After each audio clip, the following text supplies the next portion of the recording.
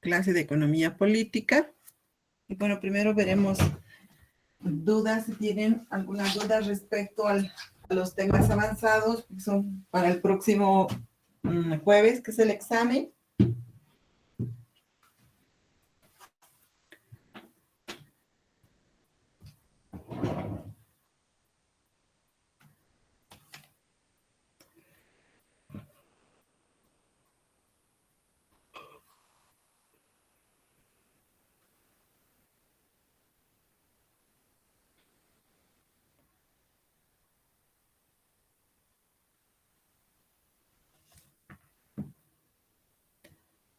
¿No hay dudas? ¿Todo está claro entonces? Para el día del examen tenemos que entrar con correo institucional, ¿sí? Habilitado nuestra cámara, habilitado nuestro micrófono para dar el examen.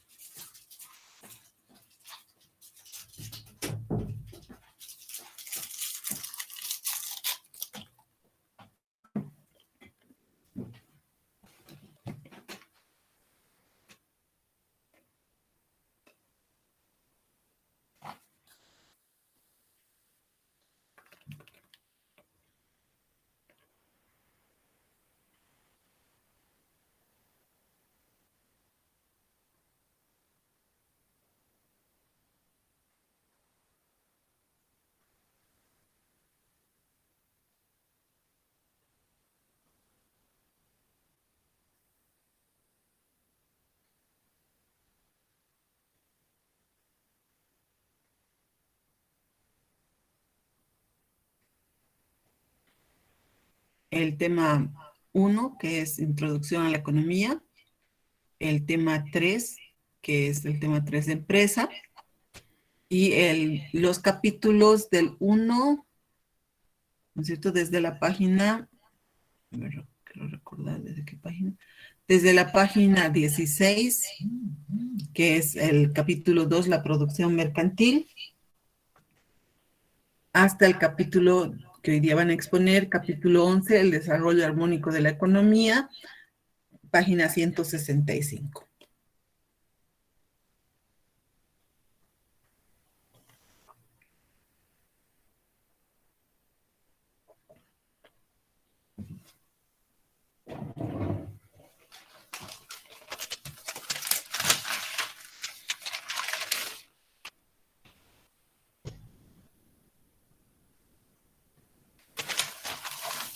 Está fijado nuestro primer parcial para el 28-10. Entonces, si no tienen dudas, vamos a avanzar ya para la unidad temática 2, que es Pero para el segundo parcial vamos a ver la unidad temática 4, que es microeconomía.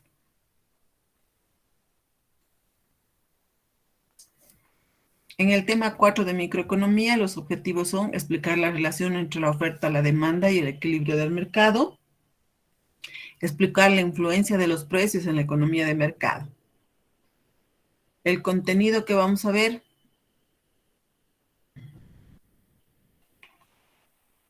en el punto 1, introducción a lo que es la microeconomía. 4.2, el mercado y los precios. 4.3, teoría del consumidor. 4.4, la teoría de la producción. Y 4.5, la teoría de la distribución.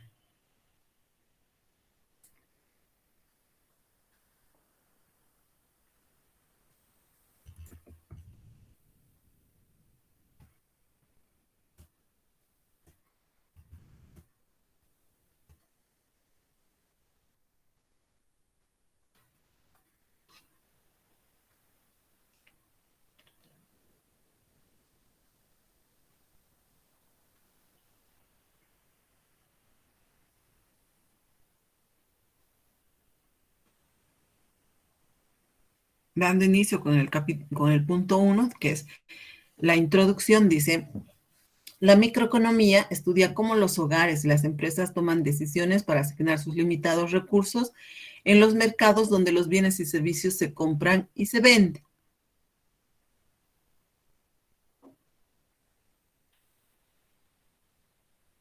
Entonces, la importancia de la microeconomía radica en que permite estudiar la manera de utilizar racionalmente los recursos entre los factores de producción, como ser el trabajo, la tierra, el capital, para ser capaz de tomar decisiones más, para tomar mejores decisiones y esperar los mejores resultados posibles.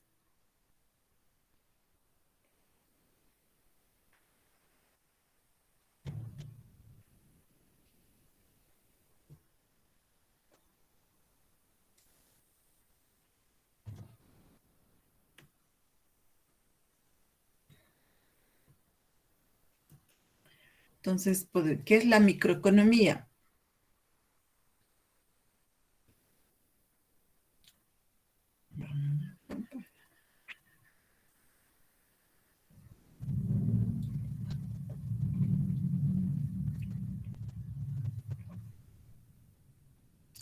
La microeconomía es una parte de la economía que se encarga de estudiar el comportamiento y la interacción de los agentes económicos, en este caso, que son las familias o los hogares y las empresas.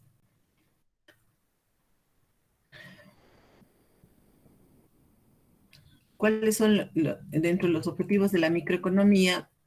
Pues, lo que quieren estudiar es conocer la conducta, la relación entre lo que son los consumidores, las empresas, estudiar el efecto de los cambios de los precios en los ofertantes y demandantes, en identificar los procesos que se lleva a cabo en un mercado relacionado con la economía y analizar los mercados existentes en una economía. La principal característica de la microeconomía estudia el comportamiento, por lo tanto, y la relación entre los diferentes agentes económicos. Estos agentes económicos para nosotros van a ser los hogares, también conocidos como las familias y las empresas. Estas interactúan en el mercado donde se producen bienes y servicios, donde existen mercados de factores de producción. Las empresas producen bienes y servicios con el objetivo de ¿qué? De vender utilidades. Al vender, perdón, de vender las mercaderías. Al vender los bienes y servicios, ellos van a percibir ingresos. ¿De dónde van a percibir los ingresos? ¿Dónde van a vender en el mercado de bienes y servicios? Pero a su vez, las mismas empresas requieren de los factores de producción. Eso quiere decir, necesitan la mano de obra ¿para qué? Para que trabajen en sus empresas y ellas puedan producir los bienes y servicios. Por lo tanto, van a requerir de todo lo que son y van a pagar por vender su fuerza de trabajo. ¿Quiénes van a vender la fuerza de trabajo? Los hogares, las familias, ¿cierto? Desde el punto de vista de que ellos necesitan para satisfacer sus necesidades.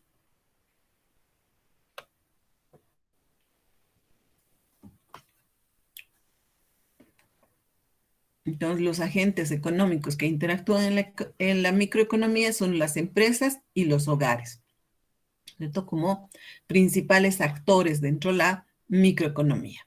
Esos son los agentes económicos. El objetivo de producir bienes y servicios en el mercado para venderlos es de las empresas. Por lo tanto, ellos van a establecer un precio para la venta de sus productos, que va a estar en función de qué? En función de los costos incurridos. El mercado es aquel aquel lugar en donde dos o más personas están dispuestas a intercambiar bienes o servicios. Entonces, los hogares venden su fuerza de trabajo con el objetivo de obtener un salario. ¿Cuál es el objetivo? Satisfacer las necesidades de toda la familia, por lo tanto, van a ser los que van a consumir, los que van a comprar, los que van a gastar su dinero en los bienes y servicios que produzcan las empresas. Entonces, por eso decimos, interactúan los agentes económicos, son las empresas y los hogares en un mercado de bienes y servicios y un mercado de factores productivos.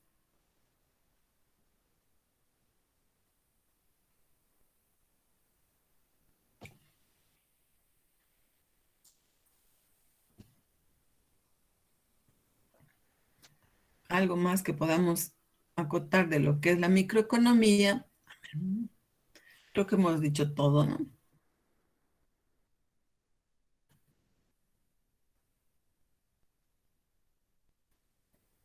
¿Cuál es su importancia? Radica en que permite estudiar la manera en utilizar racionalmente los recursos entre los factores de producción, el trabajo, la tierra y el capital, para ser capaz de tomar decisiones más acertadas y obtener los mejores resultados posibles.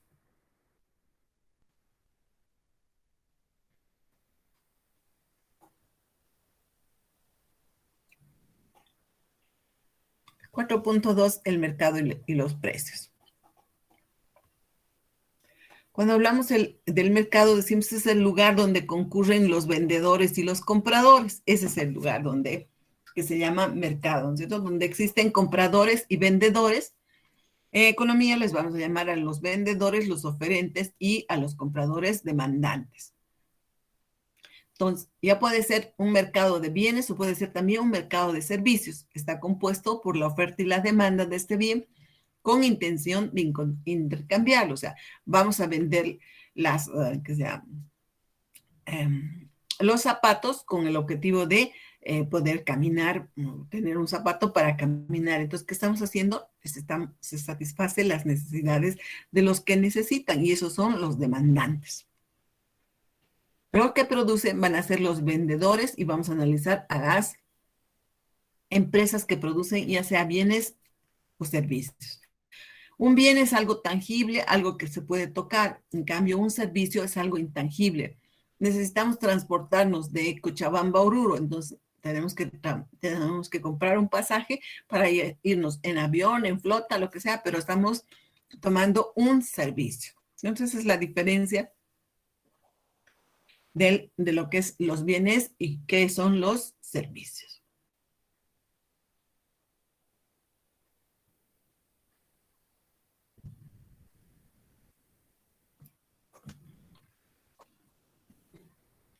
Cuando hablamos del mercado donde están los ofertantes y los demandantes, es el lugar donde acudimos, ¿no es cierto? Se llama mercado, pero que está en función del precio.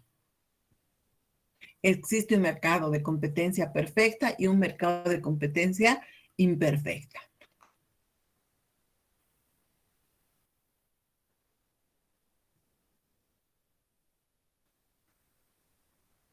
En el mercado de competencia perfecta hay un número tal de personas que ofrecen el producto y también existen muchos vendedores y muchos compradores.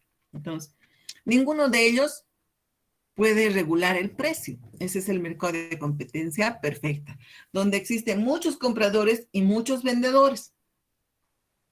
ninguno de ellos puede imponer el precio, más ellos mismos van a regular entre ofertantes y demandantes el precio. Ese es el mercado de competencia perfecta. En cambio, el mercado de competencia imperfecta es el monopolio. Para un bien solo existe una sola empresa que produce el bien y este bien no tiene ningún sustituto. Entonces, el monopolio es cuando solamente existe una sola empresa que nos va a brindar, ya sea el bien o el servicio. Vamos a tomar el caso de nosotros, por ejemplo, para el servicio de ELFEC. ELFEC nos brinda la energía eléctrica, ¿cierto? Y como ellos nos brindan la energía eléctrica, es la única empresa que nos puede brindar brindar este servicio.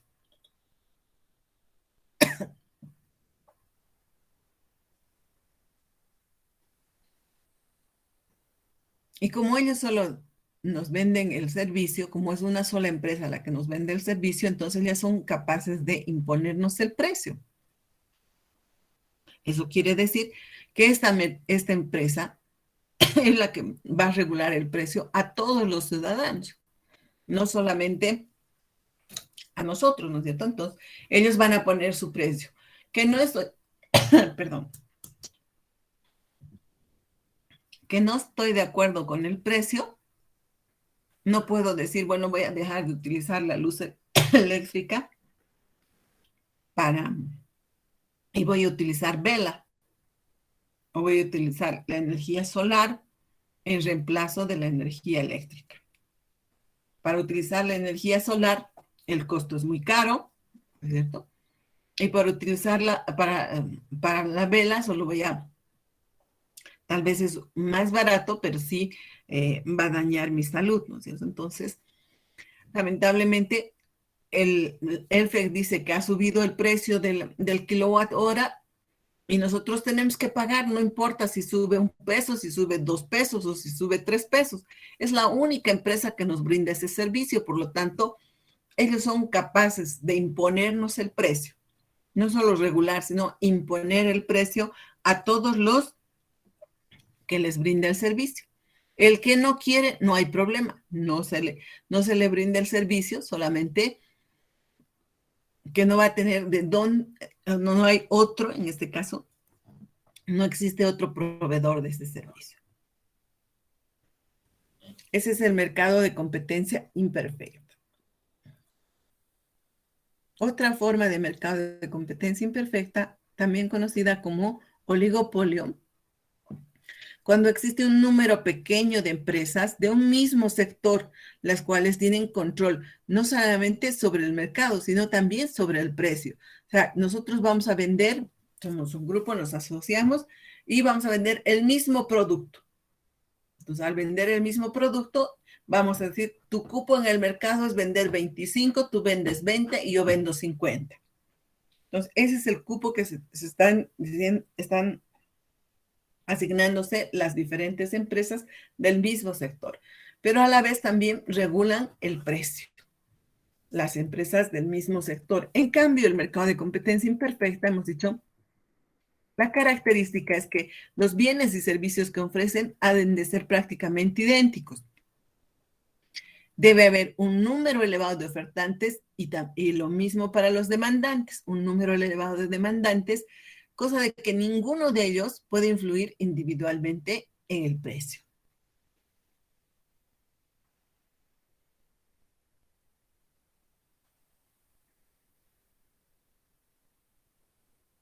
¿Alguna duda o consulta aquí?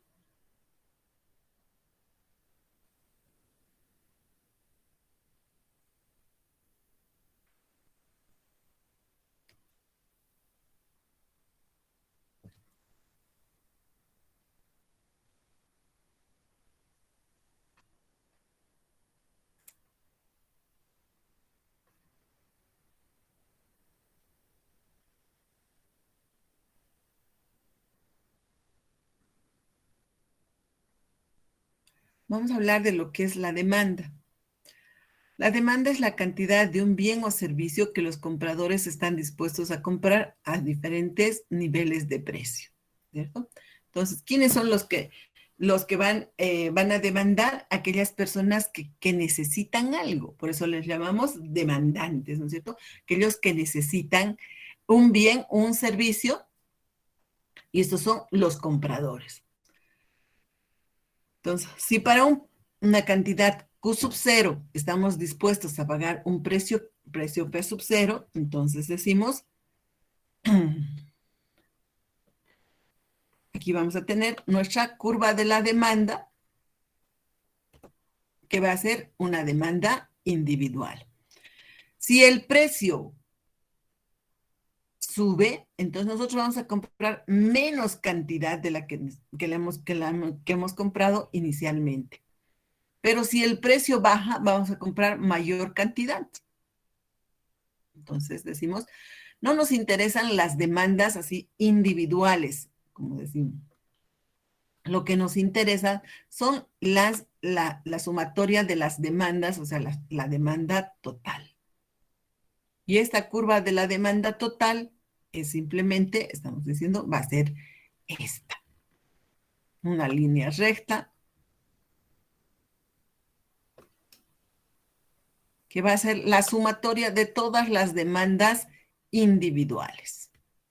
Entonces, la pendiente es negativa, es inversamente proporcional al precio y el factor determinante es el precio.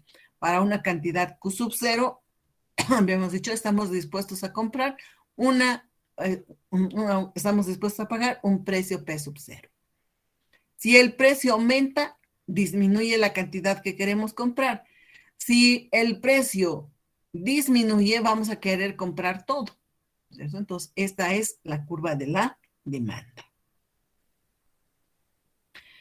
La curva de la demanda no va a mantenerse constante, es decir, aquí empezó y aquí terminará. Por el contrario, vamos a decir, la demanda se puede desplazar en un sentido o en el otro. ¿Sí? Entonces, ¿qué va a hacer? ¿Cuáles son los factores que van a hacer que cambie la demanda, que se mueva nuestra demanda del punto D al D sub 1? Los ingresos, por ejemplo, aumentan la curva de la demanda y se desplaza hacia la derecha. Pues, ¿qué quiere decir? Que estamos aumentando nuestro dinero, por lo tanto vamos a consumir más. Otros factores que influyen en la demanda, uno hemos dicho, el ingreso como primer factor, es el factor que va a hacer que si los ingresos aumentan, va a aumentar la demanda. Por el contrario, si los ingresos disminuyen, va a disminuir la demanda. ¿Por qué? Porque tenemos que comprar menos, tenemos menos ingresos, menos consumo. Más ingresos, más consumo. Por eso, desde ese punto de vista, hemos dicho que nuestra curva de la demanda, así le llamamos, el factor determinante va a ser el precio.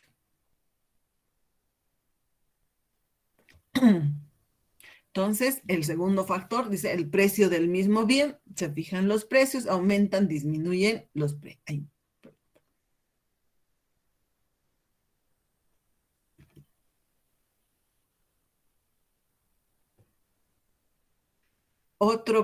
Otro factor pueden ser los bienes sustitutos. ¿Cuáles son los bienes sustitutos?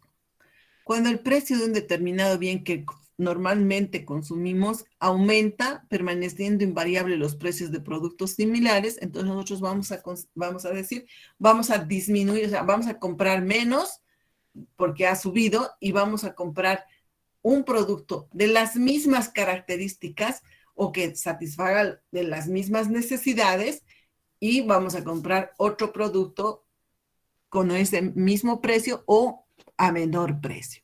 Entonces, un bien sustituto es cuando el precio de un determinado bien aumenta permaneciendo invariable los precios de los productos similares. Nos gustaba tomar Coca-Cola, el precio de la Coca-Cola estaba, vamos a decir, a 2.50 bolivianos.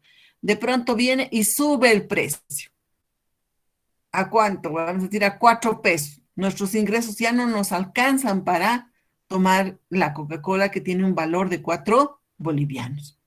Entonces, ¿cuál era el objetivo de la Coca-Cola? Tomar era satisfacer la necesidad de sed que tenemos. Entonces, vamos y nos compramos agua, ¿cierto? El mismo objetivo. O sea, el agua va a calmar la sed y por lo tanto nosotros vamos a decir, el agua va a ser el sustituto de la Coca-Cola, porque tiene y cumple las mismas funciones. Bajo esa característica, vamos a decir, un bien sustituto, por ejemplo, es el auto y la motocicleta. No podemos comprarnos nosotros el auto porque tienen un costo, un precio muy elevado y nos compramos una motocicleta. El objetivo es transportarnos. Desde ese punto de vista, está cumpliendo la función. Entonces, esos son los bienes sustitutos.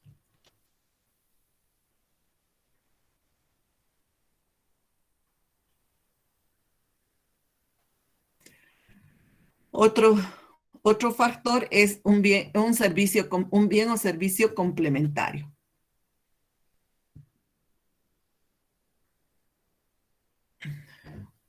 Entonces, los bienes o servicios complementarios son aquellos que se utilizan juntos, de manera conjunta, no pueden ir solos. Por ejemplo, dice ahí la computadora y la impresora, la bicicleta y las ruedas, el auto y las ruedas. O sea, no podemos manejar nuestro auto si no tiene ruedas, peor nuestra bicicleta, ¿no es cierto? Entonces, esos son los que se van a complementar. A eso se refiere con bienes complementarios. Es aquel que necesariamente utilizamos junto con el otro. Puede ser que la impresora suba su precio y las computadoras se mantengan constante el precio. Pero nosotros vamos a decir, no, estos dos son bienes complementarios. ¿De qué me sirve tener solo impresora si no tengo computadora? Entonces, esos son los bienes complementarios, los que se complementan entre sí y eso no va a afectar a la oferta, en este caso a la demanda. Otros factores que influyen en la demanda son, por ejemplo, la población. A mayor población, más necesidades. Entonces, por lo tanto, vamos a decir, a menor población van a haber menores necesidades y por lo tanto el consumo en un momento dado va a aumentar y si disminuye nuestra población va a disminuir. Los precios del futuro en función de cómo está, como la demanda está en función de los precios. Si nosotros queremos comprar gasolina hoy día y está a 5 bolivianos, ¿cierto? Y mañana sabemos estoy especulando, ¿no? Mañana sabemos que el precio de la gasolina va a subir a 7 bolivianos por litro. Entonces, inmediatamente nos vamos a hacer una cola de 1 hora. ¿Para qué? Para llenar nuestro tanque y al tener el tanque lleno, entonces estamos perfectos, ¿no es cierto? Decimos, vamos a estar una semana con nuestro tanque full, pero pasada la semana tenemos que comprar de cualquier manera gasolina y por lo tanto, ¿no es cierto? Tenemos que incurrir otra vez en consumir la gasolina al precio que necesitamos.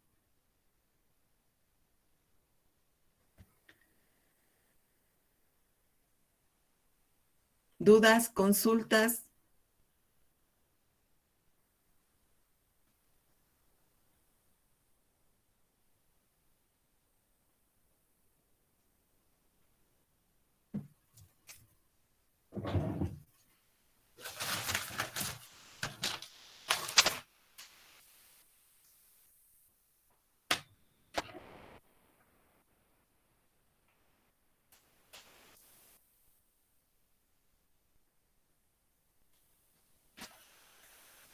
Entonces, estos son los factores que van a hacer que nuestra curva de la demanda aumente o disminuya, ¿cierto? Puede desplazarse en un sentido o en el otro.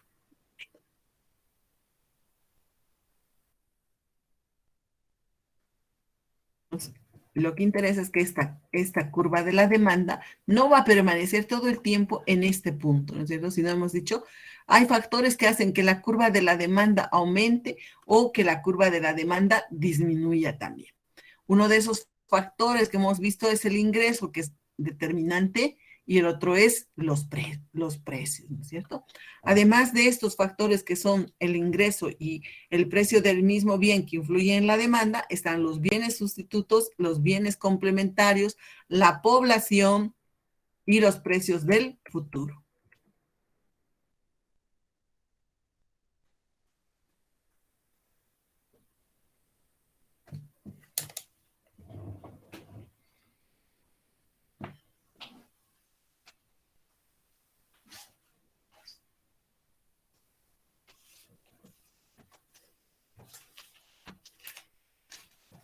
No hay dudas, no hay consultas.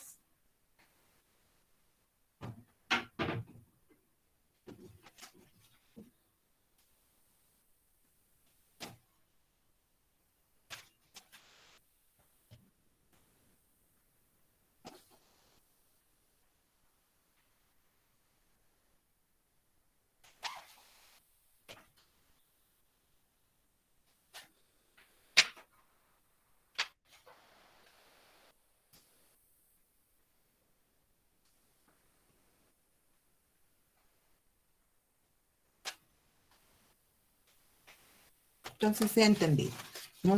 Estamos simplemente en lo que es la demanda y hemos dicho, se puede desplazar nuestra demanda en un sentido o en el otro.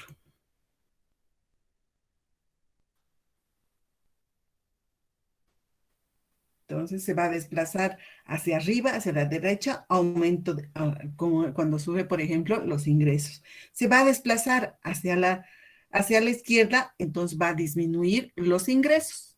Entonces, puede desplazarse, hemos dicho, en un sentido o en el otro, la curva de la demanda. Pero estos factores son determinantes para que, para que la curva de la demanda se desplace.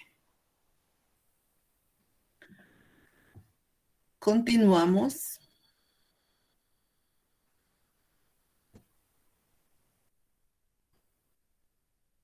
La oferta. La oferta determina la cantidad de un bien que los vendedores ofrecen en el mercado en función del nivel de los precios. Entonces, su pendiente es positiva, nos interesa solamente la curva de la oferta total, que sería la suma de las ofertas individuales, ¿cierto?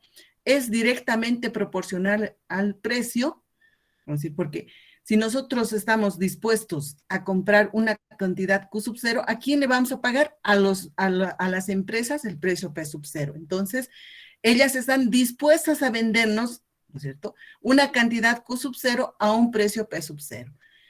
Si sube el precio, entonces las empresas lo que quieren es vender mayor cantidad.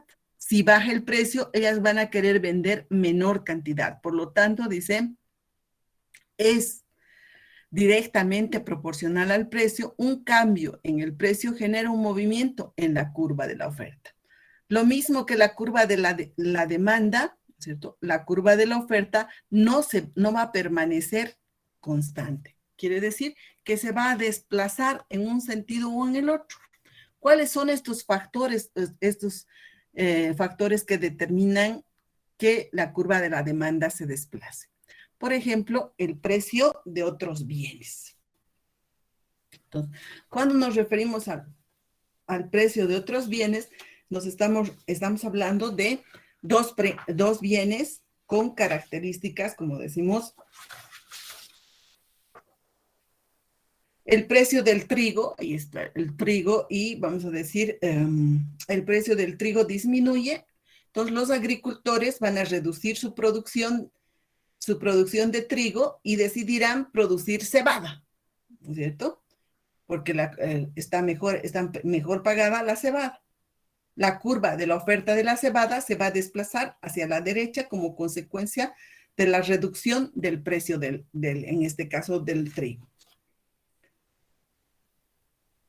Esos son los precios de otros bienes. Precios de los factores productivos. Entonces, cuando hablamos de los factores productivos, nos estamos refiriendo a, para producir un bien, los vendedores requieren de diferentes insumos. Por ejemplo, si queremos hacer pan, tenemos que utilizar harina, tenemos que utilizar huevo, tenemos que utilizar, qué sé yo, agua y todo, ¿no es cierto? Entonces, si el precio de la harina sube, esto va a hacer que nuestro que el precio del pan suba.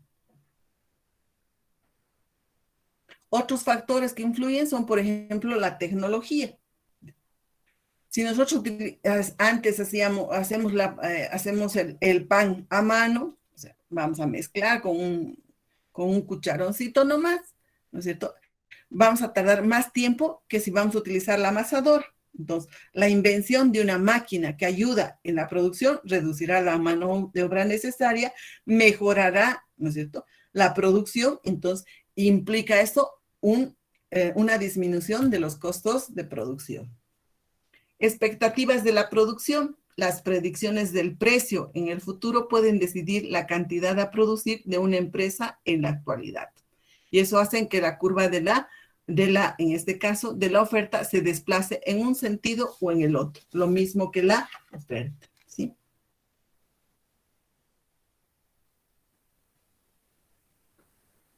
Entonces, puede aumentar o también hemos dicho, puede disminuir nuestra curva de la oferta. Van a hacer que se desplace, no va a permanecer ahí. Esos son los factores que ocasionan que la curva de la demanda se desplace. En cuanto a la curva de la demanda y la curva de la oferta, la intersección entre la curva de la oferta y la demanda es conocida como el punto de equilibrio. Entonces, el lugar donde se encuentran los compradores y vendedores es conocido como el mercado. El punto de encuentro entre quienes, entre compradores y vendedores. Para una cantidad Q sub 0, estamos dispuestos a pagar un precio P sub 0. Entonces, esos somos los consumidores. Y los vendedores están dispuestos a vendernos esa cantidad a ese precio. Entonces, la intersección entre la curva de la oferta y la demanda es conocida como el mercado, que también se conoce como el punto de equilibrio. Obviamente, el punto de equilibrio del mercado no va, igual que las curvas de la oferta y la demanda, no va a permanecer constante una vez que está aquí en el mercado, sino por el contrario, ¿cierto? Se puede desplazar en un sentido, entonces, pero estamos encontrando otro punto de equilibrio. Si por el contrario subimos nuestra curva de la demanda en este punto, ya tenemos nuevamente nuestro equilibrio. Lo mismo con nuestra curva de la oferta, se puede desplazar y encontramos el nuevo equilibrio. O podemos mover los dos, tanto se puede desplazar la curva de la demanda y la curva de la oferta. Lo que nosotros tenemos que encontrar es el equilibrio. Y este equilibrio es el lugar donde los compradores y vendedores se encuentran.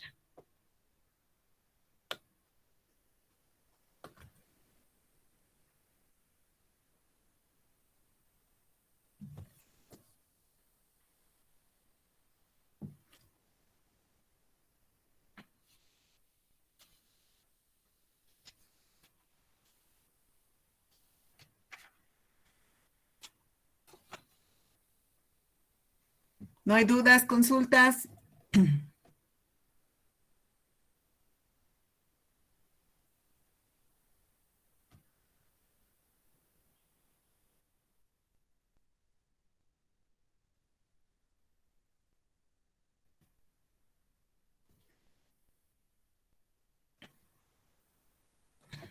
La ecuación de la demanda, ¿sí? Para una cantidad de 5 unidades, estamos dispuestos a pagar un precio de 100. Si queremos comprar 25 unidades, vamos a pagar 60. Si queremos una cantidad de 30 unidades, estamos dispuestos a pagar 50. Entonces, cuando nosotros hemos visto la curva de la demanda, hemos visto las características que tenían la curva de la demanda y nos decía que en la curva de la demanda, aquí está, dice, es inversamente proporcional al precio. ¿Qué quiere decir eso? Que cuando nosotros vamos a comprar, cuando el precio va a disminuir, nosotros vamos a comprar mayor cantidad. Vemos si en nuestra curva está ocurriendo eso, en nuestros datos, ¿no es cierto? Decimos, primero, ¿sí? para una cantidad 5, de 5 estamos dispuestos a pagar 100. Baja el precio, compramos más. Sigue bajando el precio y seguimos comprando más. Por lo tanto, es la ecuación, son los puntos para encontrar la ecuación de la demanda. Entonces, con estos puntos, nosotros sabemos que la ecuación de una recta es, bueno, la ecuación de la recta va a ser el precio 2 menos el precio 1 sobre la cantidad 2 menos la cantidad Q sub 1. Que estamos diciendo, la gráfica del precio está en el eje de las Y's y los puntos del el precio está en la curva, en el eje de las Y's y la cantidad está en el eje de las X. Por lo tanto, dice, entonces, la pendiente para nosotros va a ser el precio 2 menos el precio 1, Q sub 2 menos Q sub 1. Entonces, si a nosotros le llamamos al precio 2, vamos a decir 50 menos P sub 1, que sea 100. Entonces, 50 menos 100, la diferencia sería 50, menos 50. Cantidad, Q sub 2, 30, Q sub 1, 5. Entonces, 30 menos 5, 25. 50 sobre 25, entonces tenemos igual a menos 50 menos 20, dividido entre 25, igual a 2. La ecuación de una recta es el precio menos P sub 1 igual a MQ menos Q sub 1. Si reemplazamos nuestro P sub 1, entonces tenemos que P menos 100 es igual a la pendiente menos 2 multiplicado por Q menos 5. De donde obtenemos que la ecuación de la demanda es que el precio es igual a menos 2Q menos 2Q más 110. 2Q, 2 por 5, 10, entonces más 100, 110. Esta es entonces la ecuación de la demanda. Ahora tenemos que ver la ecuación de la oferta. En la ecuación de la oferta tenemos una cantidad 40, 20 y 5. Su precio dice, para 40 estamos dispuestos a pagar 100, para 20, 60 y para 5, 30. Entonces, las características de la curva de la oferta nos decía, dice, es directamente proporcional al precio. Un cambio en el precio genera un movimiento en la curva. Si nosotros bajamos el precio, queremos vender menos cantidad. Si subimos el precio, queremos vender más cantidad, porque estamos desde el punto de vista del empresario. Entonces,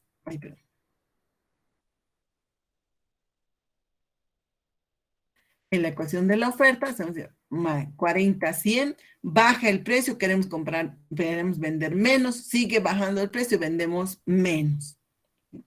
Igual, la ecuación, P sub 2 menos P sub 1, dividido entre Q sub 2 menos Q sub 1. Si P sub 2 para nosotros va a ser 60, P sub 1 es 100, entonces 60 menos 100, menos 40. 20 menos 40, entonces tenemos menos 20 y el resultado positivo, 2. La ecuación de la oferta dice que P menos P sub 1 es igual a M multiplicado por Q menos Q sub 1.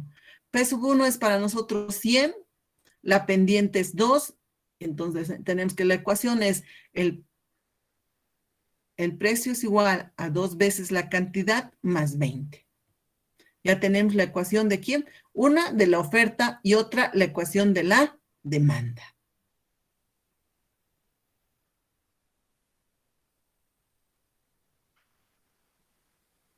El punto de encuentro entre la oferta y la demanda, hemos dicho que es el mercado, ¿no es cierto?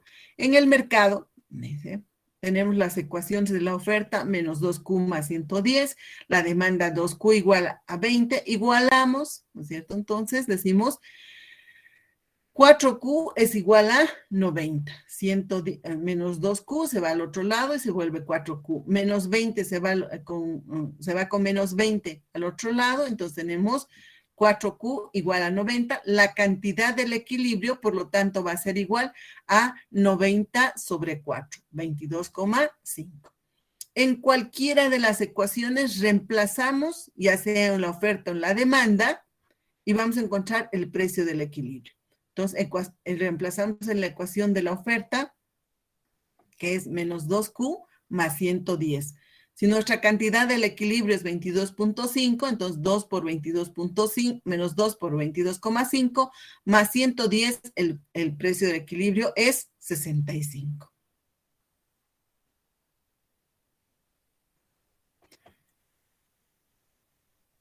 Estamos graficando y estamos poniendo, ¿no es cierto? Estamos diciendo, para una cantidad de 25, su cantidad de equilibrio, en este caso, va a ser para nosotros 65. 22,5 es nuestro punto de equilibrio, que sería en este punto, ¿no es cierto? Ahí estamos, aquí está 25, entonces aquí la mitad es 22,5 y hemos dicho su cantidad del equilibrio va a ser 65. Listo. Entonces, simplemente podemos graficar, hemos graficado con los puntos. La ecuación de la demanda dice 500, entonces tenemos en este caso, para una cantidad de 5, estamos dispuestos a pagar 100. Para una cantidad de 25,60, entonces van 25,60. 30,50 creo que es. 30,50. Entonces, la curva de la demanda. Para la curva de la oferta, lo mismo. Para 5, hemos dicho, para la curva de la oferta es 30, creo. Sí. 5,30. Para 20, 60. Y para 5, creo que es 30. 40, perdón, para 40, 100. Ahí está. Entonces, el punto de encuentro, este punto que nosotros conocemos, este es el punto de equilibrio. ¿Cuándo es? La cantidad de equilibrio es a los 22,5 de cantidad y el precio es igual a 65.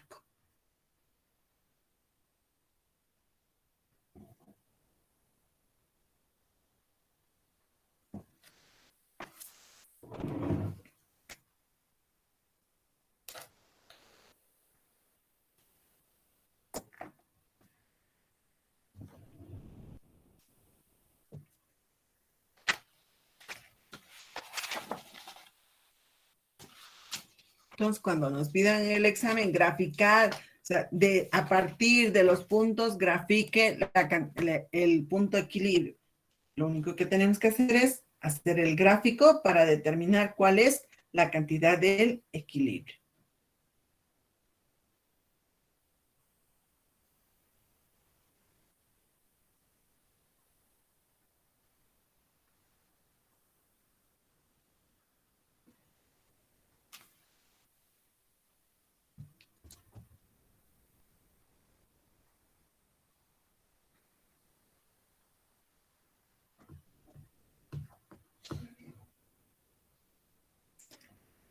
¿No hay dudas ni consultas?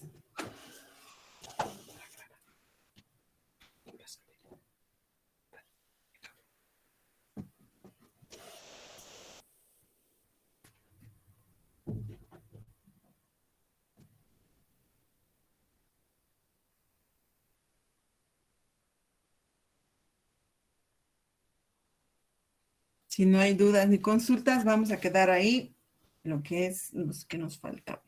Un minutito. Hemos visto, nos falta elasticidad.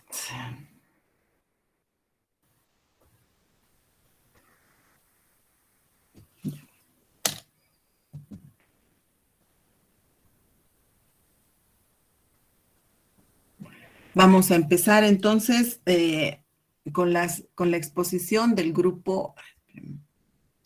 ¿De qué grupo es? Grupo. Bracamonte, Galindo, Andrés, grupo 5, ¿correcto? Sí, Inge. Ya. Comenzamos ya la exposición, ¿verdad? Sí, por favor, alístense su exposición. Y el Ya. grupo que presenta el cuestionario, déjenme, por favor.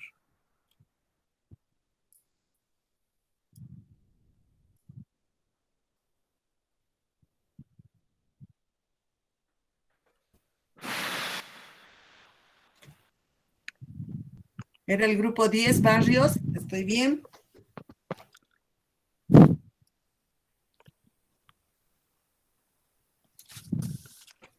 Estoy sin celular. Adelante, Andrés. Buenas tardes, ingeniera, compañeros. Bueno, somos el grupo 5, por mi persona, Aguilar Álvarez, Espinosa Romero, Ochoa Peñafiel y Vilcachoque.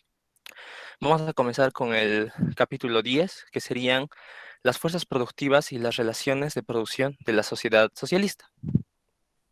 Bueno, como vimos en el capítulo anterior, se ha tratado obviamente de la victoria del socialismo, y para estudiar directamente las leyes categóricas o sea, de la economía del socialismo, es preciso que debemos dar una caracterización general para saber lo que serían las fuerzas productivas.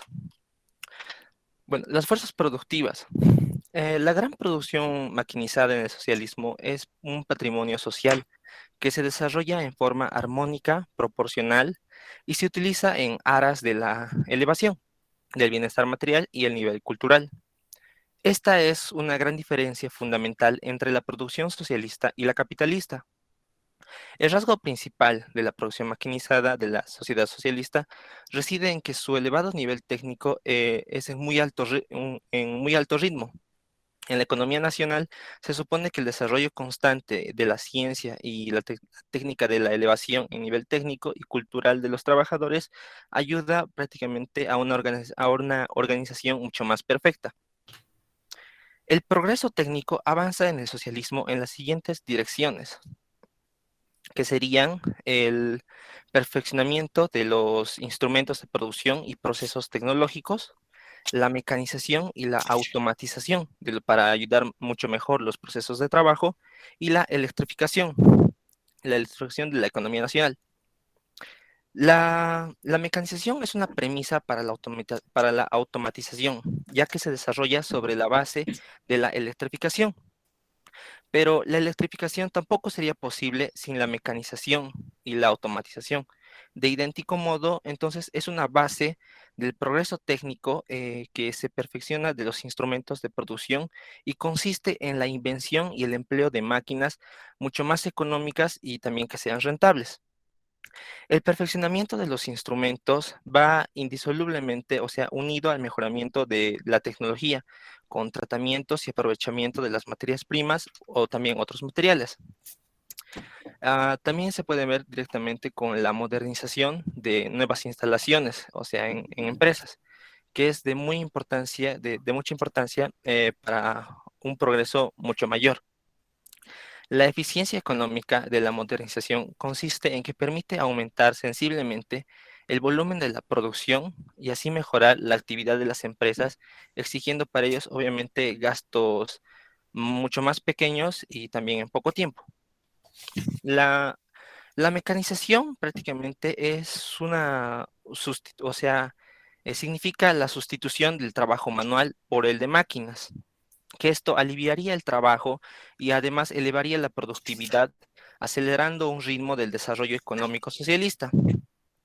Como digamos, en 1961 la producción maquinaria y el mecanismo, o sea, el mecanizado de los metales durante la Unión Soviética eran 300 veces mayores que en 1913. Y esto permitió llevar a cabo, o sea, una amplia mecanización de la producción de todas estas ramas también en la economía social. La fase superior de la mecanización automatizada, o sea, es decir, es un empleo de máquinas automáticas que funcionan por medio de la autorregulación y excluyen totalmente el trabajo manual. La automatización de la producción socialista alivia y comienza o sea, economiza el trabajo humano y además mejora la calidad y la reducción de costo del precio de producción. El paso de la automatización, sobre todo de la automatización múltiple, permite aumentar la duración de las instalaciones, elevar, o sea, una mayor seguridad y funcionamiento de estas mismas.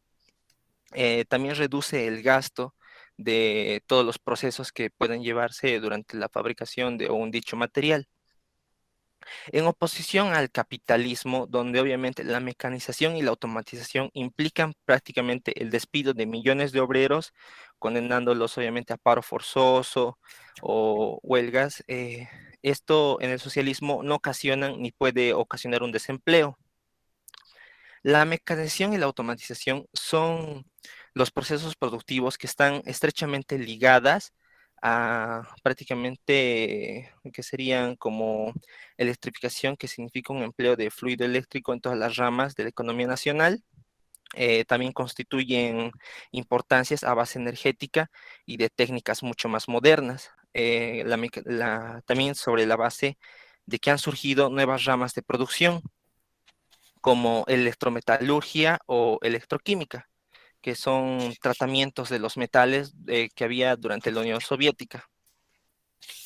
Ah, también tenemos progresos, tecnología progresiva. Permite a la sociedad socialista emplear las máquinas para aliviar el trabajo, reducir la jornada laboral y así de este modo a un tiempo más libre a los trabajadores. También hay una producción significativa del trabajo de mano de obra y la producción se concentra en empresas cada vez mucho mayores. La producción socialista tiene un nivel de concentración mucho más alto en el mundo. Estas serían como empresas combinadas que son de distintas ramas, son distintas ramas de producciones que son vinculadas en uno mismo por el proceso tecnológico de una gran empresa.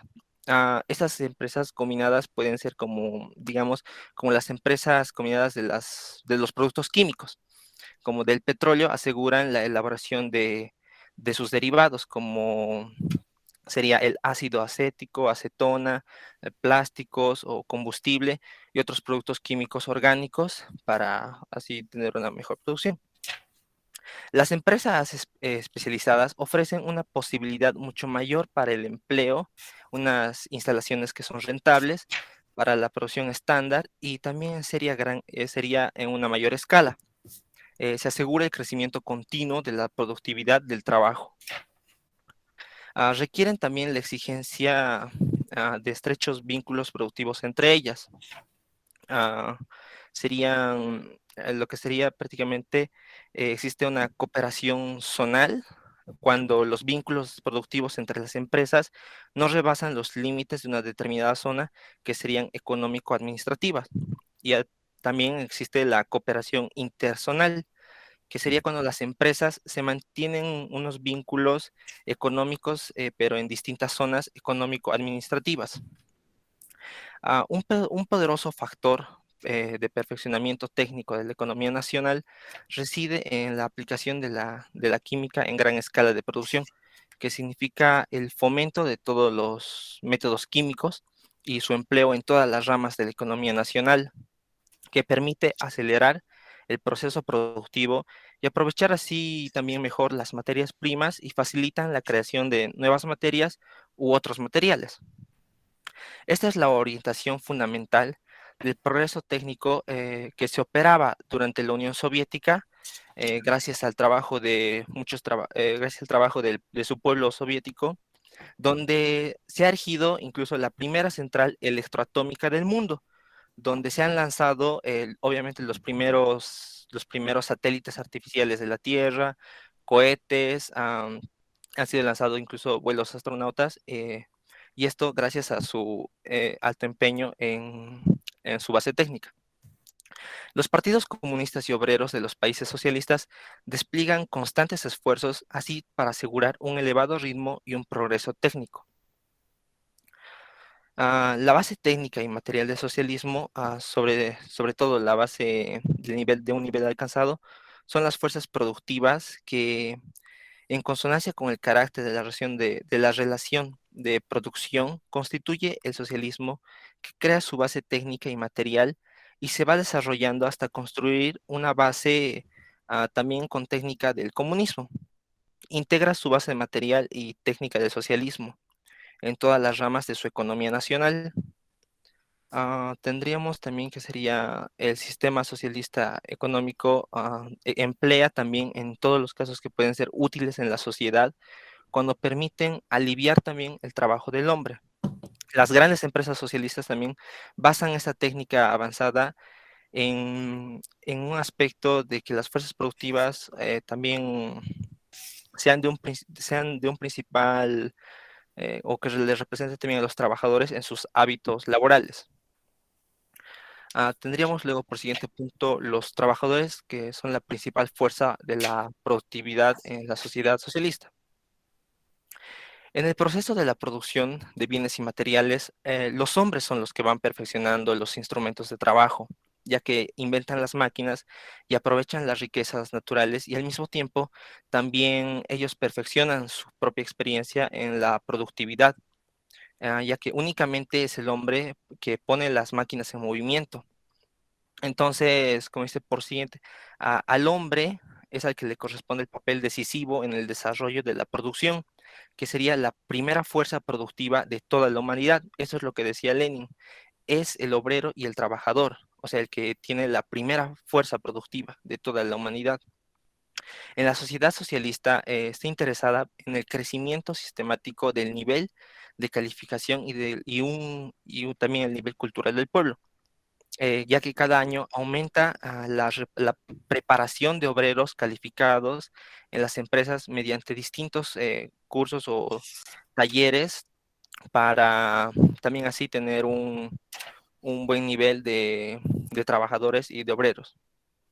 El socialismo también asegura un nivel cultural y técnico más elevado a todos los trabajadores. Esto halla su expresión en las modificaciones que ha experimentado como composición profesional. El desarrollo también de una gran producción maquinizada originó también el incremento numérico de la clase obrera. En 1928, como un número total de obreros que eran empleados en la Unión Soviética era de al menos 10.800.000 personas. En comparación a 1961, esta cifra ha subido hasta 66 millones.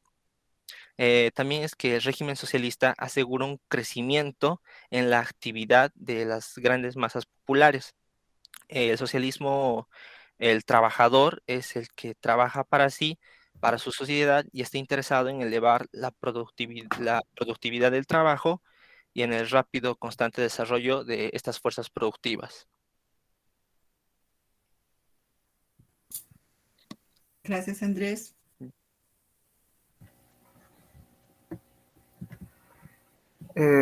Buenas tardes, Inge. Las relaciones de producción, las relaciones de producción, por lo tanto, es un término que proviene del marxismo. O sea, este término explica las relaciones que mantienen los individuos entre sí, así como el estudio de las relaciones que funcionan, de las situaciones que ocupan en estos individuos en el organismo social, teniendo en cuenta, por tanto, si estos individuos son poseedores o no de los medios de producción. Relaciones que contraen entre sí los hombres es el proceso de producción de los bienes materiales y que constituye la base económica de la sociedad. Todo el sistema de la vida social, así como en la estructura anterior de la sociedad, son determinados por el carácter de las relaciones de producción. Siguiente, por favor. La base de las relaciones de producción del socialismo es bajo el socialismo. Las relaciones de producción se caracterizan por la colaboración entre camaradas y la ayuda mutua de personas libres de la explotación. Es el desarrollo de las relaciones de producción es determinado por el nivel de desarrollo de las fuerzas productivas. Eso quiere decir que en la sociedad socialista los trabajadores no se enfrentan con medios de producción, sino con sus propietarios. Siguiente, por favor. Pues dos formas de propiedad del socialismo.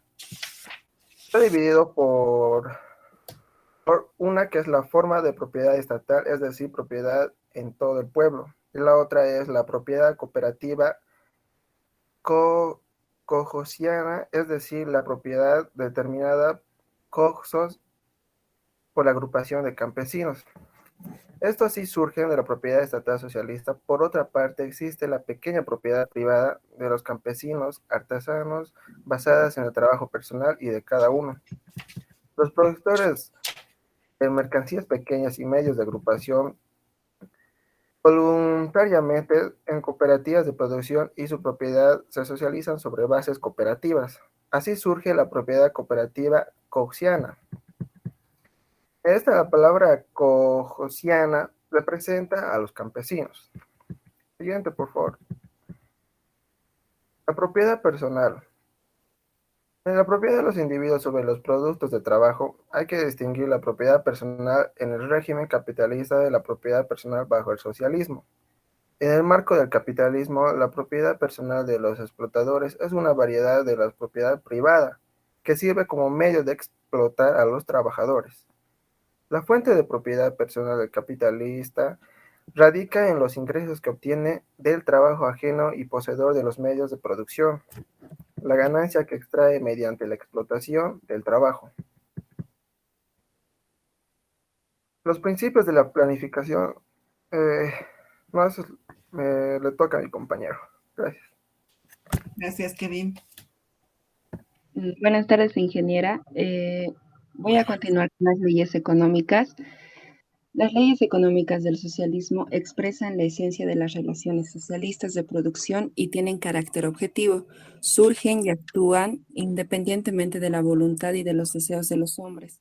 Las leyes económicas, como las leyes de las relaciones de producción, no pueden actuar donde haya gente ni exista la producción social. El carácter objetivo de las leyes económicas del socialismo significa únicamente que los hombres parten en sus acciones no pueden desentenderse de su acción. La incomprensión del carácter objetivo de las leyes económicas del socialismo se distingue radicalmente del carácter con que se manifiestan las leyes económicas del capitalismo. Esta diferencia consiste en que no actúan de modo espontáneo como el capitalismo, sino que son aprovechadas por la sociedad en forma consciente y organizada. Queda excluido que en el socialismo el desarrollo espontáneo de la sociedad. Por ejemplo, sin el centralismo en la solución de los problemas fundamentales de la economía, no se puede desarrollar armónica y proporcionalmente. Si no existe una dirección estatal única, pierden su importancia los planes de las empresas, ya que la actividad de cada empresa se reduciría a la adaptación a los elementos ciegos del mercado en constante cambio.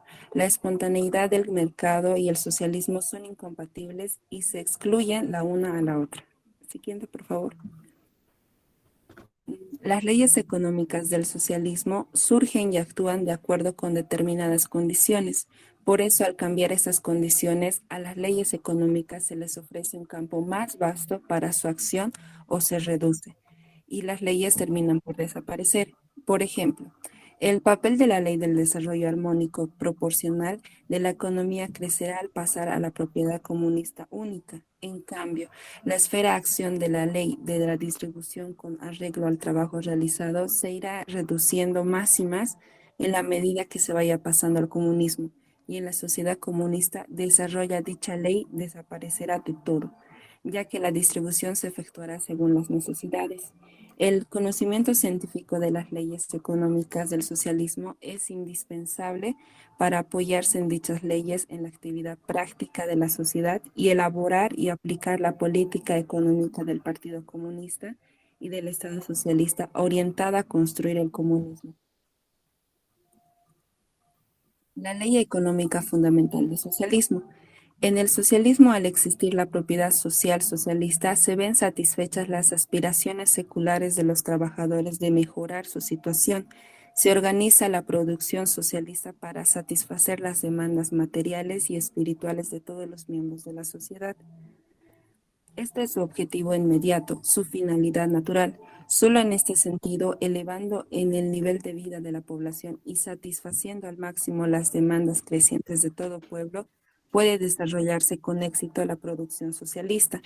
Al trazar el esbozo de la sociedad socialista, Marx y Engels mostraron que en tanto que la sociedad capitalista, el hacer dinero, es el objetivo final de toda la actividad, y la obtención de la plusvalía por las capitalistas figura como estímulo primordial y resultado final de la producción.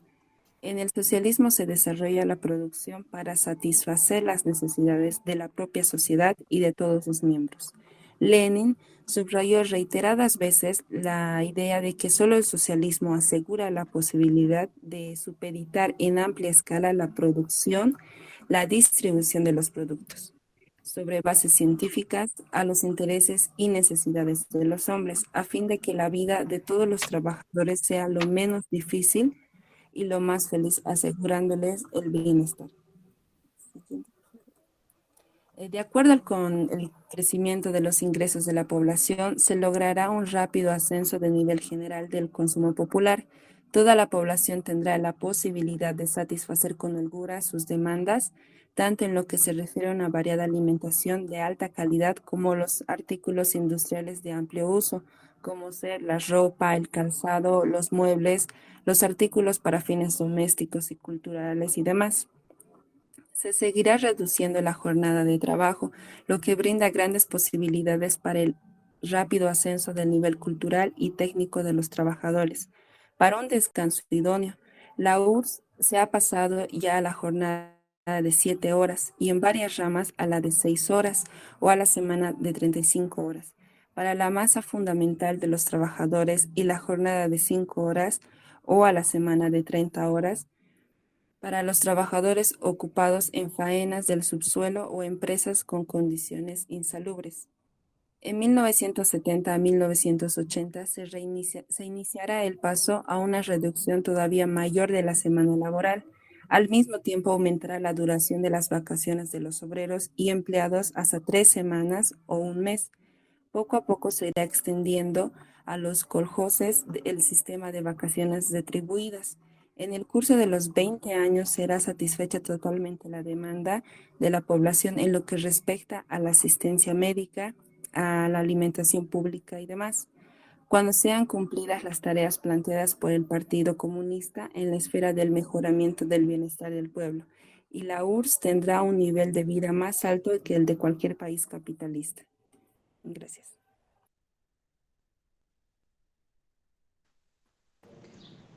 Buenas tardes, ingeniera. Continuando con la exposición, voy a Buenas exponer tardes, Jimmy.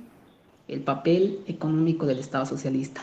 El contenido fundamental de la actividad del Estado socialista consiste en la labor de la organización de la economía y la actividad cultural y educativa, el desarrollo de las fuerzas productivas y el perfeccionamiento de las relaciones socialistas de producción no se producen espontáneamente por sí solos. El papel decisivo en la organización de la producción y la distribución y el cambio de los productos en todas las etapas de construcción del socialismo corresponden al Estado socialista. En la parte predominante, los medios de producción de los países del socialismo, en la Unión de Repúblicas Socialistas Soviéticas, más del 90% el patrimonio de todo el pueblo y se halla en las manos del Estado y sus representantes de los organismos centrales y locales. Siguiente, por favor. El Estado socialista es el primer Estado de los trabajadores de la historia de la humanidad. Expresa los intereses del pueblo, de los que crean los valores materiales, de los que con su trabajo crearon asegurar la existencia y el desarrollo de la sociedad. El Estado socialista, basándose en las leyes económicas del socialismo, elabora los planes del desarrollo de la economía y la cultura y moviliza a todos los trabajadores para el cumplimiento, gracias a lo cual lleva a la práctica esos planes. La fuerza dirigente y organizadora del Estado socialista es el Partido Marxista-Leninista, en el cual orienta la actividad de todos los organismos estatales y las organizaciones sociales de los trabajadores. La organización administrativa de la industria y la construcción se ha justificado eternamente. Esta medida revolucionaria y vitalmente necesaria se dice en la revolución del 10º Congreso del Partido Comunista de la Unión Soviética, ha derribado las barreras departamentales que se habían convertido en un freno para el desarrollo de las fuerzas productivas del país. En el periodo de construcción del comunismo, en todo el frente aumenta el papel económico del Estado. El Estado socialista es un instrumento para consolidar y desarrollar el máximo el socialismo es un instrumento de construcción en la sociedad comunista. Voy a proseguir, licenciada, con el siguiente capítulo, el capítulo 11, el desarrollo armónico de la economía nacional en el socialismo. Siguiente diapositiva, por favor. La ley del desarrollo armónico proporcional de la economía nacional. La necesidad del desarrollo armónico de la producción socialista.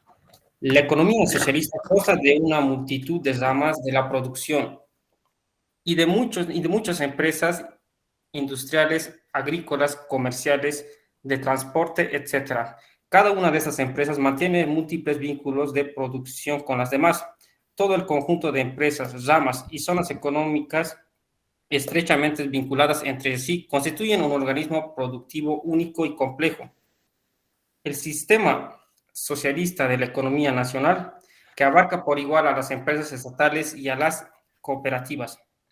Esta enorme y compleja economía social se desarrolla de acuerdo a un plan armónicamente. El carácter armónico de la economía consiste, según definición de Lenin, en la observancia constante y consciente de la proporcionalidad. La planificación de las proporciones en la producción social solo es inherente y propia del socialismo. Siguiente diapositiva, por favor. Como se sabe, la economía capitalista se desarrolla espontáneamente sobre la base de la competencia y de la anarquía, y es ajena a la armonía proporcional en el fomento de la economía. Carece de la proporcionalidad observada conscientemente. La ausencia de un plan único es causa de que las proporciones en la economía capitalista se fijen espontáneamente y sean alteradas constantemente. Esto, como es lógico, no significa que en general no existan vinculaciones algunas entre las distintas ramas y empresas. Las debidas proporciones en la producción se van abriendo paso a través de innumerables vulneraciones de la proporcionalidad y de las crisis superproducción. Siguiente diapositiva, por favor. Por consiguiente, la propiedad privada de los medios de producción que desune a los productores de mercancías niega toda posibilidad de planificación de la economía a escala nacional. Esta es la razón de que bajo el capitalismo no exista ni puede existir proporcionalidad observada conscientemente. Otra cosa muy distinta en el socialismo, que es merced a la sociedad y el establecimiento de la propiedad social socialista. La sociedad se convierte, como dijo Lenin, en una sola oficina y una sola fábrica. La propiedad social acaba con la anarquía y la espontaneidad y supedita el desarrollo de la producción a los intereses de todo el pueblo. En estas condiciones, la economía nacional solo se puede desarrollarse de acuerdo con un plan en forma armónica, proporcional, a través de su Estado. Los trabajadores de la sociedad calculan de antemano todas las necesidades de la sociedad y de sus recursos de producción y orientan el desarrollo de la producción en beneficio del pueblo. De conformidad con los objetivos planteados, la sociedad establece la necesidad de proporcionalidad observada consciente y constantemente por esa sociedad. Los hombres no pueden establecer a su arbitrio cualesquiera proporciones. Deben tener en cuenta las condiciones económicas concretas y organizar su política económica partiendo de estas condiciones. No se puede desarrollar en forma unilateral la producción de artículos de consumo sin asegurar un desarrollo más rápido de la fabricación de medios de producción. Quien no tenga en cuenta esta exigencia fracasará. Esto significa que para satisfacer el consumo de la sociedad es necesario desarrollar a ritmo más intenso la fabricación de medios de producción. Esto significa que no se puede acelerar arbitrariamente el ritmo de desarrollo de la industria ligera y de la alimentación sin haber logrado un crecimiento rápido, preferente de la construcción de maquinaria y la producción de energía. Dentro de estos dos grandes grupos de la producción social deben observarse también determinadas proporciones, ciertas en el ritmo de su desarrollo. Por ejemplo, se puede fabricar muchos tractores, automóviles, aviones y otras máquinas a base de motores de combustión interna, pero si no se produce la debida cantidad, perderá todo su valor el trabajo invertido en su producción. Toda esta interacción objetiva de los procesos del desarrollo económico, que independientemente de la voluntad de los hombres, exige que se establezcan armónicamente las debidas proporciones. Se expresa en la Ley del Desarrollo Armónico Proporcional de la Economía Nacional. Siguiente diapositiva, por favor. La aplicación de la Ley del Desarrollo Armónico Proporcional de la Economía Nacional permite distribuir acertadamente los medios de producción y los recursos de mano de obra entre las ramas de la economía nacional y las zonas del país, lograr su aprovechamiento racional, asegurar la coordinación del trabajo de todas las ramas y empresas, establecer las debidas correlaciones en el fomento de la producción, el cambio y la distribución. La Ley de Desarrollo Armónico Proporcional actúa en los países socialistas desde que surgió la propiedad social socialista. El tipo socialista de economía, pero en el primer periodo de su existencia, la esfera de acción de la Ley de Desarrollo Armónico Proporcional se ve limitada, ya que además del sector socialista existen en la economía de esos países sectores no socialistas. A medida que se desarrolla y se consolida el sector socialista de la economía, se va ampliando la esfera de acción de esta ley. Dicha ley adquiere plena libertad de acción de instaurarse el dominio absoluto de las formas socialistas de economía en el país. Cuando el socialismo rebasó el marco de un país y surgió el sistema socialista mundial de economía, la acción de la Ley del Desarrollo Armónico Proporcional se extiende en las relaciones entre los países socialistas. Va a continuar mi compañera. Gracias. Continuando con la exposición de las proporciones de la economía socialista, valiéndose de la Ley del Desarrollo Armónico Proporcional de la Economía del Estado Socialista, mantiene de modo consistente y planificado la constante producción entre los distintos eslabones de la producción social. La proporción más importante en el desarrollo de la economía nacional, que determina las demás proporciones y toda la marcha de producción social, consiste en la corrección entre la fábrica de medios de producción y de artículos de consumo, es decir, entre la primera y la segunda selección de producción social. Siguiente. También tiene una gran importancia para el desarrollo armónico de la economía nacional en el establecimiento de proporciones acertadas entre la industria y la agricultura. La proporcionalidad entre el fomento de estas ramas de la economía nacional está llamada a asegurar una parte el papel sector de industria y la otra por un crecimiento de la proporción agrícola suficiente para abastecer de víveres a la población urbana y de materia prima a la industria ligera. En el periodo de la construcción en la URSS, en la Unión de las Repúblicas Sociales Soviéticas del comunismo, en todos los frentes, a la par del fomento acelerado de la industria pesada, surgió la posibilidad de ampliar en gran escala la producción de artículos del uso y consumo en el periodo de formación industrial de la Unión de Repúblicas Soviéticas. En 1980, la producción del primer grupo de empresas será aproximadamente 6 veces superior a nivel de 1960 y la proporción del segundo grupo de empresas habrá aumentado 13 veces.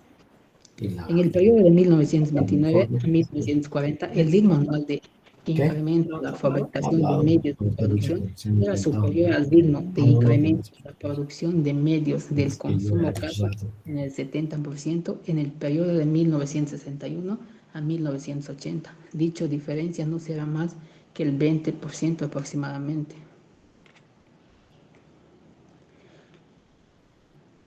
Los primeros fundamentales dirigen la distribución de la producción en el socialismo son aproximar al máximo la industria de las fuentes de materias primas y de energía a las zonas del consumo de la producción acabada, suprimiento de modos de los transportes a largas distancias e incensionales. En 1990, en las zonas orientales se obtuvo acerca de una tercera parte de la producción industrial del país, cerca del 30% del petróleo, casi la mitad del acero laminados y huya más del 40% de energía eléctrica generada en el país. En el 12º Congreso de Partidos Comunistas de la Unión Soviética, trazó un amplio programa para el perfeccionamiento ulterior de la distribución de las fuerzas productivas.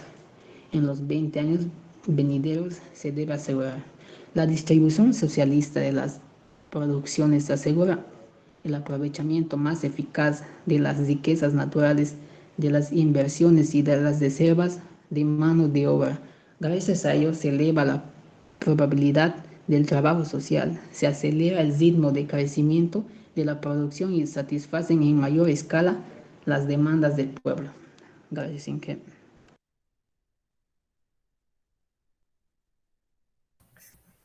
Continuando con la exposición, eh, la planificación socialista.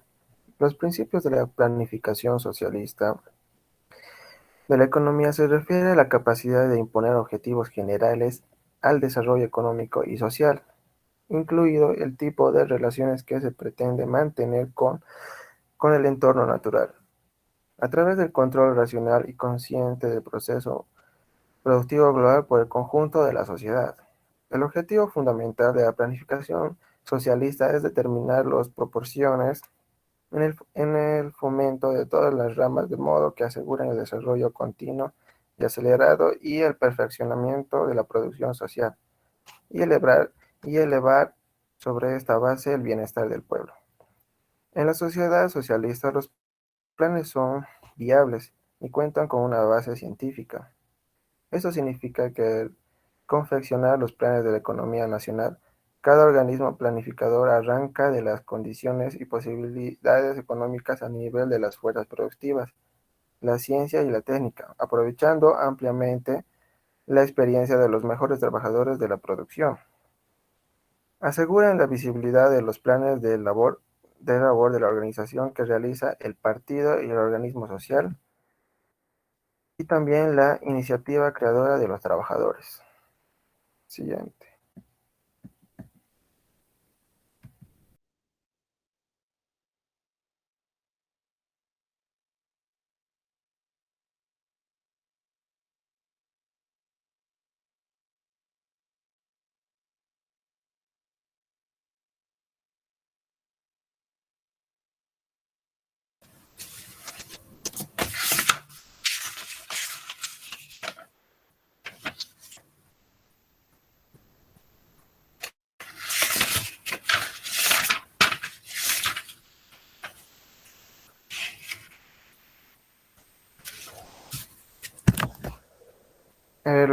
El carácter directivo y el obligatorio de los planes es un principio importante de la planificación socialista. Si no se tuviera en cuenta esta condición, carecería de sentido planificación en el supuesto de que una rama de economía nacional, la industria forestal, por ejemplo, no cumple el plan. La compaginación de los principios centralizados con la iniciativa local presenta el principio del centralismo democrático en la planificación de la economía de la URSS. Queda exprimida en el exceso de la centralización y se ha elevado el papel de las repúblicas federadas. El primer plan científico de la perspectiva de desarrollo de la economía nacional en la historia fue el Plan Goldberg, Plan Estatal de Electrificación de Rusia, elaborado en el 1920 a iniciativa y bajo la dirección de Lenin. La tarea principal de este plan consistía en el reorganizar cardinal la economía nacional sobre la base de la electrificación y el desarrollo de la gran industria maquinizada, la base material del socialismo. En la sociedad socialista los planes son viables y cuentan con una base científica. Esto significa que que al confeccionar los planes de la economía nacional, cada organismo planificador arranca de las condiciones y posibilidades económicas, del nivel de las fuerzas productivas, la ciencia y la técnica, aprovechando ampliamente la experiencia de los mejores trabajadores de la producción. Los principios de la planificación socialista son llevados a la práctica y confeccionarse los planes de fomento de la economía nacional. Al determinar los índices fundamentales de los planes, los organismos planificadores se valen del sistema de balances.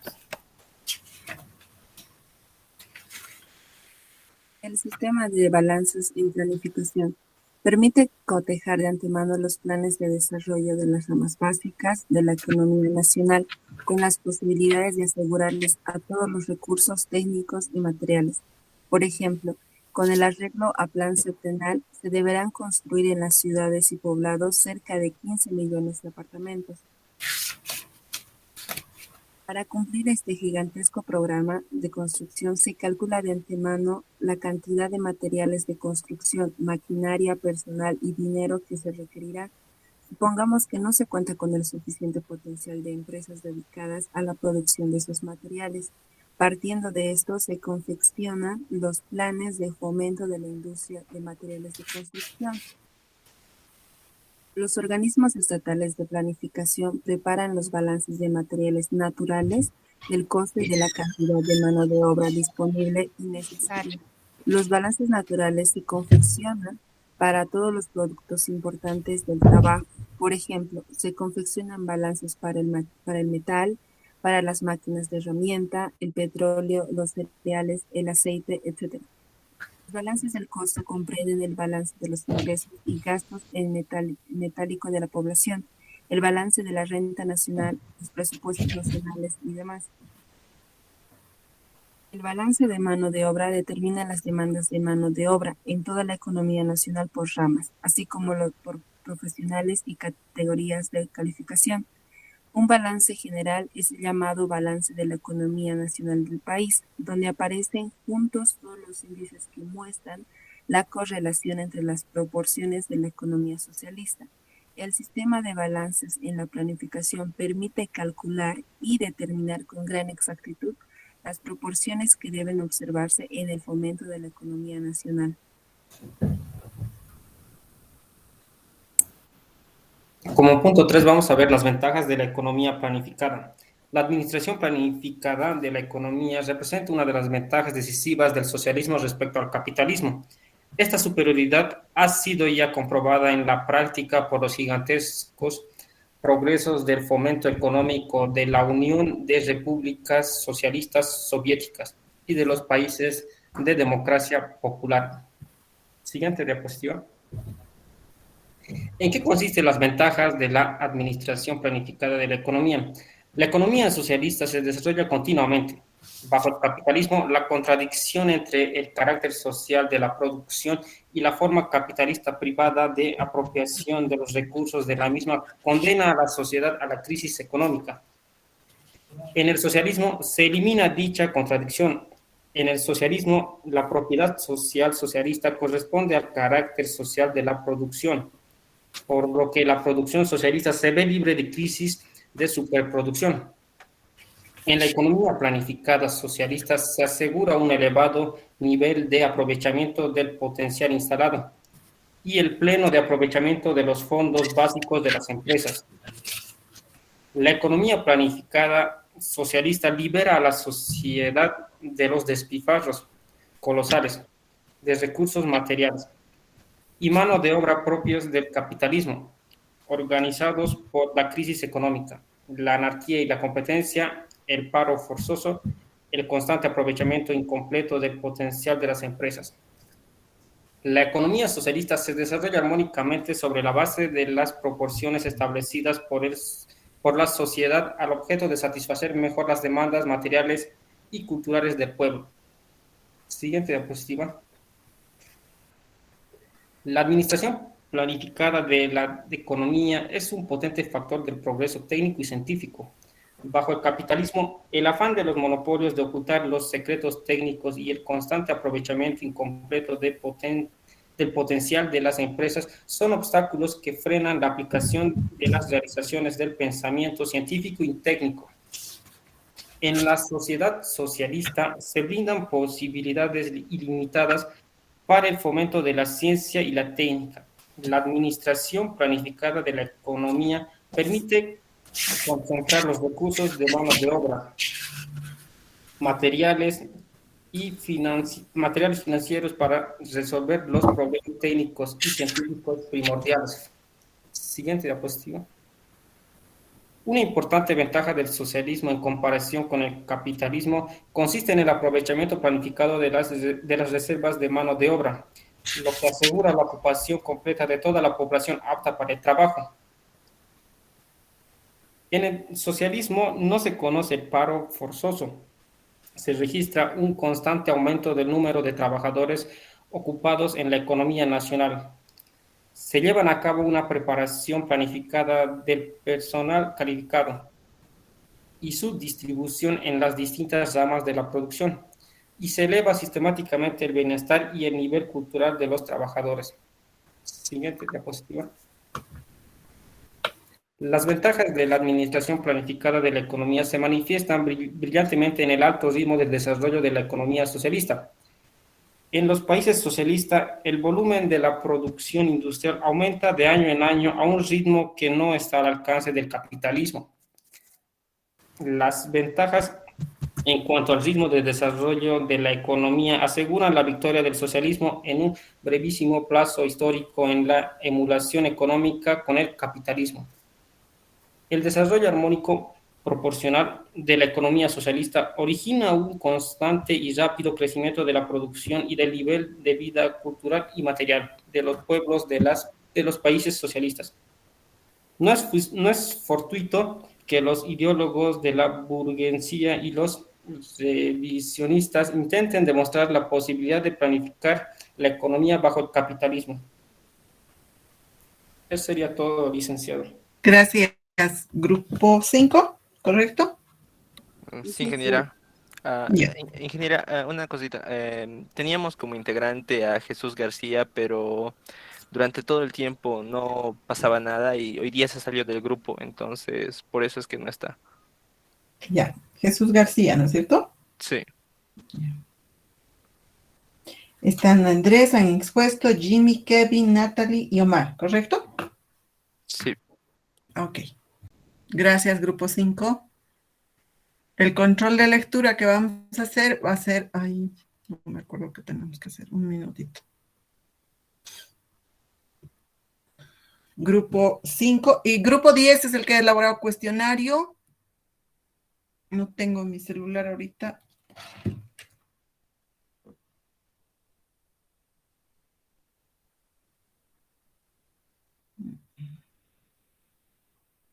Ya, no importa. Vamos a trabajar entonces control de lectura. Vamos a ir dando para los temas, los subtítulos que van a trabajar. El grupo 9, las fuerzas productivas. Grupo 8, va a entregar jefe de grupo las relaciones de producción. Grupo 7, la ley económica fundamental del socialismo. Grupo 6, la ley del desarrollo armónico proporcional de la economía nacional.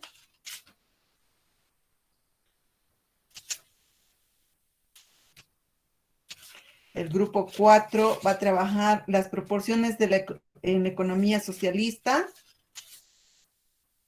Grupo 3, la planificación socialista. Grupo 2, las fuerzas productivas. Y grupo 1, planificación socialista. Todos entregan jefe de grupo. Disculpe, ¿cuál era del grupo 3? El grupo 3, ay, espérame un ratito que tengo que buscar. Un minutito. La planificación socialista.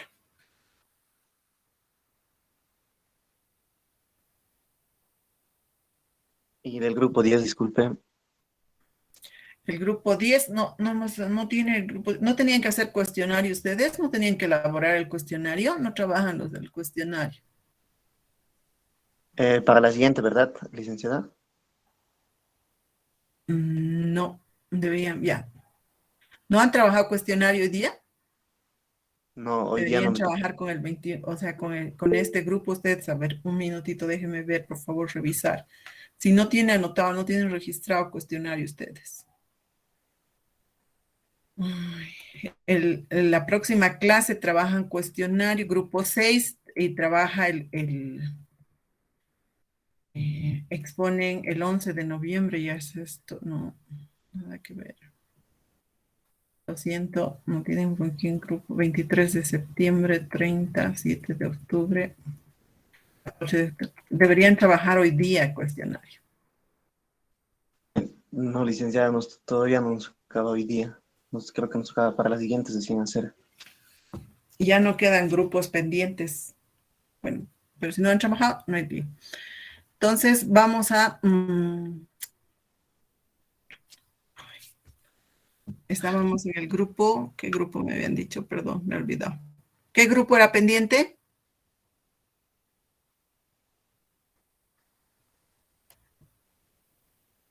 Todos están anotados entonces los trabajos que tienen que hacer, ¿sí? Listen, disculpe, del grupo 8, ¿cuál era el tema? Ahora sí. Ahora vemos. El grupo 8. 8. El grupo 8 es las relaciones de producción. Grupo 8, Montaño, ¿no es cierto? Sí, muchas. Había que presentar. En la anterior clase hemos hecho un marco conceptual, ¿no es cierto? Sí, Correcto, con ustedes. ¿Estoy bien o estoy...? sí, hemos hecho un marco conceptual. Ahorita no me acuerdo qué tengo que hacer con ustedes.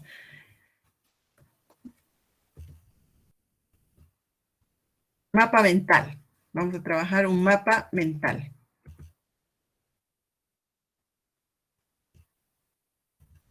Ingeniera, esto cada uno tiene que entregar respectivo al grupo que ha dado el título, ¿verdad?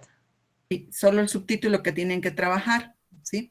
No sé si en el anterior, bueno, les voy a mandar en la tarea un ejemplo de un mapa mental y con eso trabaja, ¿sí? O sea, el subtítulo, por decirles, les ha tocado las fuerzas productivas, ahí al centro y conectores y solo dibujos en mapa mental. Pero les voy a mandar un modelo de un mapa mental para que trabaje.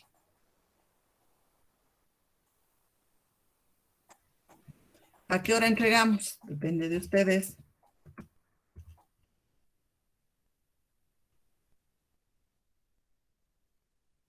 Disculpe, licenciada. Dígame. Ahora el grupo 10, ¿qué vamos a hacer? Porque yo, según recuerdo, el anterior no nos tocaba, no nos designó el cuestionario al grupo 10. Y ahora estamos, ¿qué haríamos? Ya, ahorita vamos a ver eso que hacemos con ustedes, porque no tengo otro día para que ustedes hagan cuestionario, la verdad. Ya no tenemos. Pero bueno, ahorita voy a ver, ¿sí? Denme un ratito. La hora de entrega, por favor. 6:30. ¿Están de acuerdo todos? Sí, lo hice. Ya, 16:30 entonces. Ya. Pueden retirarse, gracias. Inge, esto es para hoy, ¿verdad? Sí, para hoy a las 16:30. Ah, ya, gracias. 6:30 me han dicho, ¿no es cierto? Ahí me voy a olvidar.